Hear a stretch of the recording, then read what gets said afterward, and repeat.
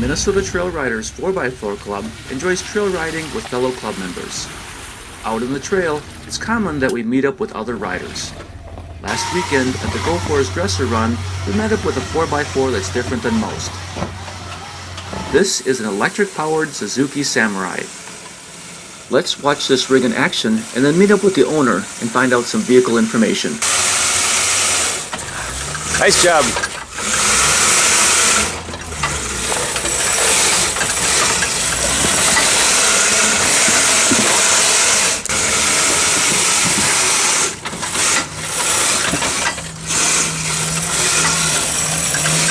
Let's meet the owner and find out more about this unique rig. Hi, I'm Jeremy Clemens from Lake Elmo, Minnesota, and this is my electric Samurai.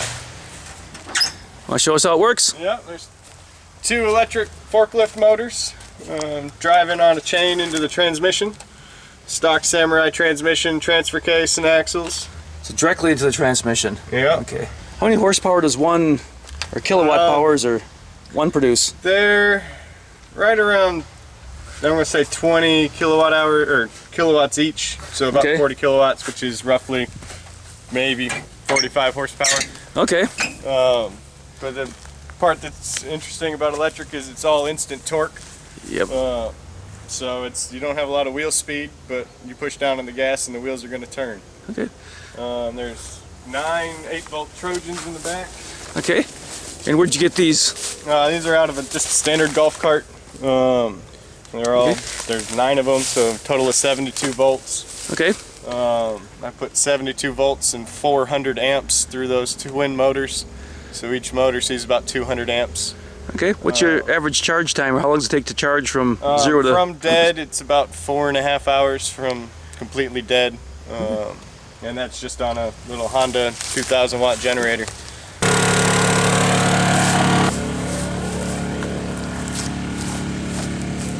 Did you do any off-peak charging? We do have some solar panels, but I didn't bring them with me this weekend. Okay. I'm assuming with solar it would take a week of sun to get you half a charge. Yeah, pretty much.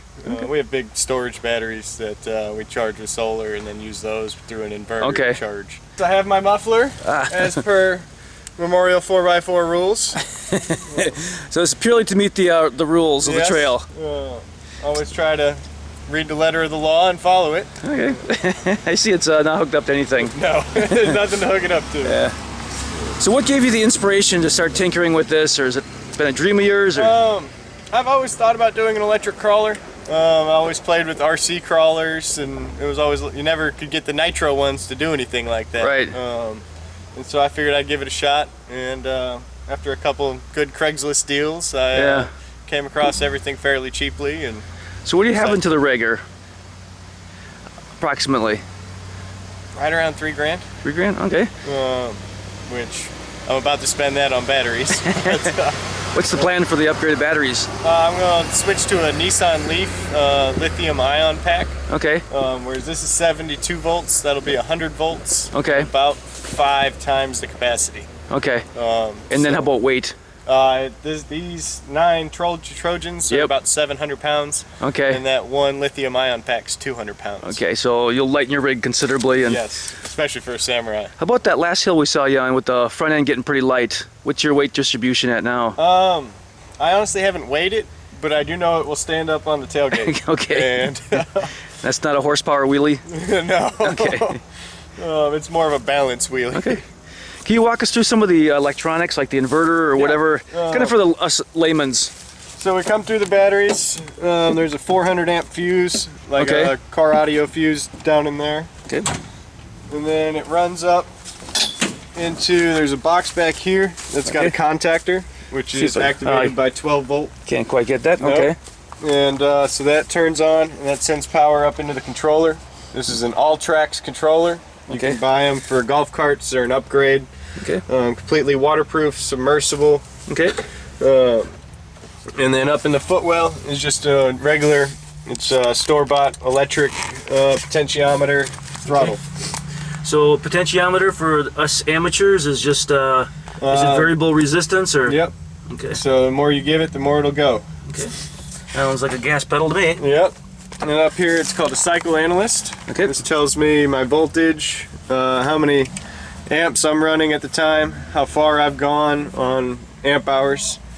And then from there the controller comes out.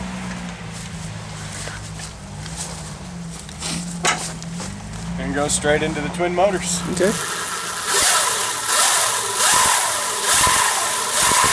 Any of the car manufacturers contact you for any little consulting work? Not no. Not yet? Okay.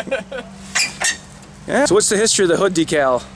The hood is the original hood to the Samurai before I tore it down to rebuild it as an electric. This body is not the original body that was on it. Okay. I bought this body because it had a 6-point roll cage and was trying to think safety. But I still wanted to keep something of the original propane-powered Samurai on it. Oh, nice. So, I put it back on there. Nice little hobby here. Yep. Any future plans for other rigs, or just kind of taking it day by day? Day by day. Right. I might end up turning this into a buggy. Okay. If I go to lithium, I'm going to want to mount it as low as I can just to get the center of it. Absolutely. What about driving on the road? Is this rig street legal, or is it borderline? It has a tag. Okay. Okay. It'll do 30, 35. Okay. And it'll do it for about 15 miles. Okay. So it's not practical. Well, maybe like a golf course in town, cart in I town. run to the gas station in it every once in a while. Okay. I built it to do this. Okay. Putting a tag on it was just sort of a bonus. And we look forward to seeing you on the trail. All right. Yeah.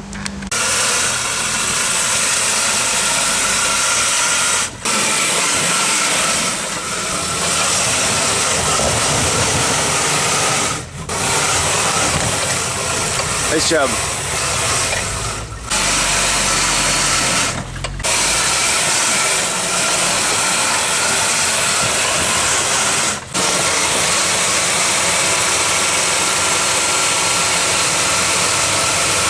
You're extremely close.